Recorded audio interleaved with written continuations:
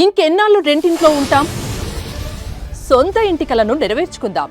Suman TV biggest property expo October 18th, 19th HSCC Novotel Hyderabad. ఇప్పుడే free entry కోసం call చేయండి.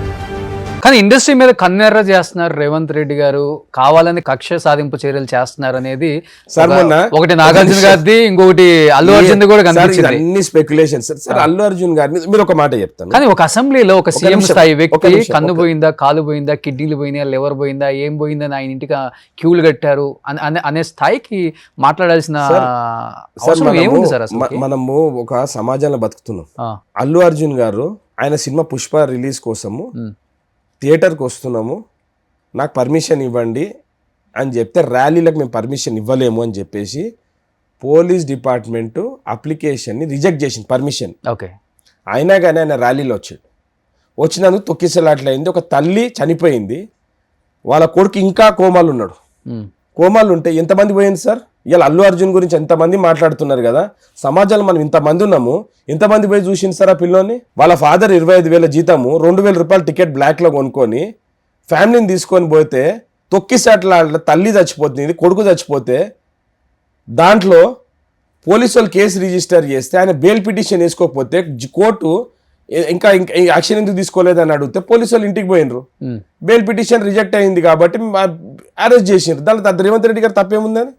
అంటే నువ్వు సమాజంలో మనం నేరం చేయవచ్చా? పెద్ద సెలబ్రిటీ అయితే మనం సోషల్ రెస్పాన్సిబుల్ ఉండాలి కదా మనం సెలబ్రిటీ అన్నప్పుడు. మరి ఆ సినిమా తర్వాత బెనిఫిట్ షోలకి పర్మిషన్ ఇవ్వము, టికెట్ రేట్లు పెంచమని ఇంతగా మాట్లాడిన గవర్నమెంట్ ఇదే రోహిన్ రెడ్డి గారిని, ఏం రత్నం కాదు, పెద్ద స్టేజ్ మీద ఈ రోజు నాకు బెనిఫిట్ షోలు వచ్చినాయి అన్న, రేట్లు పెరిగినాయి అన్న, మా టైగర్ రోహిన్ రెడ్డి గారు వల్లే అని చెప్పేసి ఒక మెసేజ్ ఇచ్చారు కదా సార్. నేను ఒక మాట చెప్తా, ఏం రత్నం గారు అంటే పవన్ కళ్యాణ్ కో న్యాయం, అల్లు అర్జున్ కో న్యాయం సార్? ఏం లేదు సార్, ఒక నిమిషం వినండి నేను చెప్తా.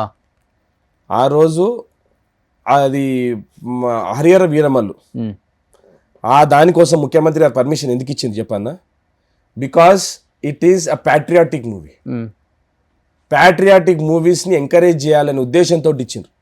దాని తర్వాత వార్ సినిమాకి పెట్టుకున్నారు, రిజెక్ట్ చేసిండ్రు. దాని తర్వాత కూలీ సినిమాకి పెట్టుకున్నారు, రిజెక్ట్ చేసిండ్రు. ఒక ప్యాట్రియాటిజం తోటి ఉండే సినిమా కోసం అని చెప్పి ఆ రోజు ముఖ్యమంత్రి గారు ఇవ్వాల్సి వచ్చింది. సో ఆ రోజు ఏం రత్నం గారు ఆ రోజు ముఖ్యమంత్రి గారు ఆ ప్రోగ్రామ్ పోలేదు, గ్రాటిట్యూడ్ కోసం ఎవరు కూడా పోలేదు కాబట్టి మేము పోయినాం. కాబట్టి రోహిన్ రెడ్డి గారు నాకు అది మెసేజ్ వస్తే మెసేజ్ ఫార్వర్డ్ చేసిన అంతే. ఓకే, నేను ఇచ్చేటోని కాదు, తీసుకొచ్చేటోని కాదు. ఒక్కొక్కసారి కమ్యూనికేషన్ గ్యాప్ పాత్ర అయితే పోషిస్తారు సార్. కమ్యూనికేషన్ గ్యాప్ ఉన్నప్పుడు సార్ ఒక మాట చెప్తాను, everyone can't reach out. Okay, కొన్నిసార్లు మేము ప్రభుత్వంలో లేకపోయినా కానీ కూడా ప్రజలలో ఉన్నాం కాబట్టి డెఫినెట్గా మాతోటి ఎవరైనా వచ్చినప్పుడు సహాయం చేయడం అనేది. ఇప్పుడు నేను ఒక మాట చెప్తున్నా సార్, ఆ సినిమాకు హరిహర వీరమల్లు హిట్ కాలేదు, ఆ సినిమాకి ఇస్తే నాకేమైనా లాభం జరిగిందా? ముఖ్యమంత్రి గారికి ఏమైనా లాభం జరిగిందా? ఒక ప్యాట్రియాటిక్ మూవీని మనం ప్రమోట్ చేసినట్టయితే అయిందా లేదా? ఒక హరిహర వీరమల్లు అనే స్టోరీని తీసుకొచ్చి మన ప్యాట్రియాటిక్ మూవీస్ని మనం ఎంకరేజ్ చేయాల్సిన అవసరం ఉందా లేదా? సరే, వాళ్ళ ఇండస్ట్రీ బ్లీడింగ్ అవుతున్నది. ముఖ్యమంత్రి గారు ప్రొడ్యూసర్స్ని కూర్చున్నాడు, హిస్టరీలో ఫస్ట్ టైం ఫెడరేషన్ వాళ్ళతో కూర్చొని మన మీటింగ్ చేసి ముఖ్యమంత్రి. మరి దాని గురించి ఎందుకు మాట్లాడారు సార్? ఒక ముఖ్యమంత్రి స్థాయి మనిషి ఫెడరేషన్ ఉన్న వాళ్ళు 24 క్రాఫ్ట్స్ వాళ్ళని కూర్చోబెట్టుకొని మీకేం ఇబ్బందులు ఉంటే నేను చూసుకుంటా అని చెప్పిండు, వాళ్ళకి ఇన్సూరెన్స్లు కడతా అని చెప్పిండు, వాళ్ళకి హెల్త్ ఇన్సూరెన్స్ కార్డ్స్ ఇస్తా అన్నాడు, వాళ్ళకి యాక్సిడెంట్ బెనిఫిట్స్ ఇస్తా అన్నాడు. ఏమవసరం సార్ ఒక ముఖ్యమంత్రిని? వాళ్ళ ఇండస్ట్రీ వాళ్ళకి చెప్పిండు, మీరు స్కిల్ యూనివర్సిటీలో వాళ్ళందరినీ ట్రైనింగ్ ఇవ్వండి, మీరు హీరోలు డైరెక్టర్ రెన్యుమరేషన్ తీసుకుంటున్న దానికి ఒక 1% అన్నా కూడా మీరు డెడికేట్ చేయమని చెప్పి వాళ్ళకు కూడా సార్. ఎందుకంటే ఆ రోజు సినిమాటోగ్రఫీ మినిస్టర్ కూడా లేరు. మరి ఆ రోజు నల్గొండలో ఉన్నారు, దిల్ రాజు గారు ఉన్నారు కదా, దిల్ రాజు గారు చైర్మన్ ఉన్నారు కదా. చైర్మన్ అనే సార్, నేను కూడా ఒక ప్రొడ్యూసర్నే సార్. అవును, తిక్క తీశారు కదా సినిమా, తిక్క తీసినాను నేను. సినిమాలో నేను కూడా ఉన్నాను కాబట్టి నేను ప్రొడ్యూసర్ కౌన్సిల్, నేను రిజిస్టర్డ్ మెంబర్ని కాబట్టి నాకు అందరితో సత్సంబంధాలు ఉన్నాయి.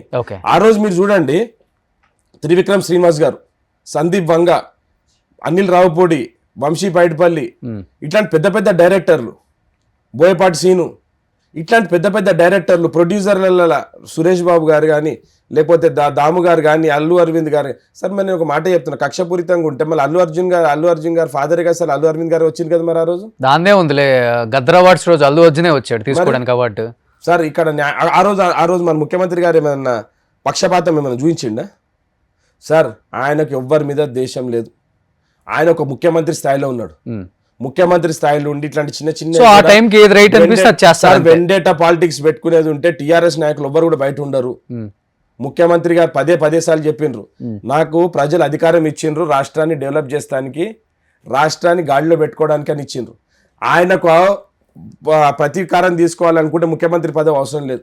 ఆ ముఖ్యమంత్రి పదవిని అడ్డం పెట్టుకొని వీళ్ళ మీద కక్షలు సాధిస్తానికి ఆ ముఖ్యమంత్రి పదవి ఇచ్చిండ్రు ఆయనకు.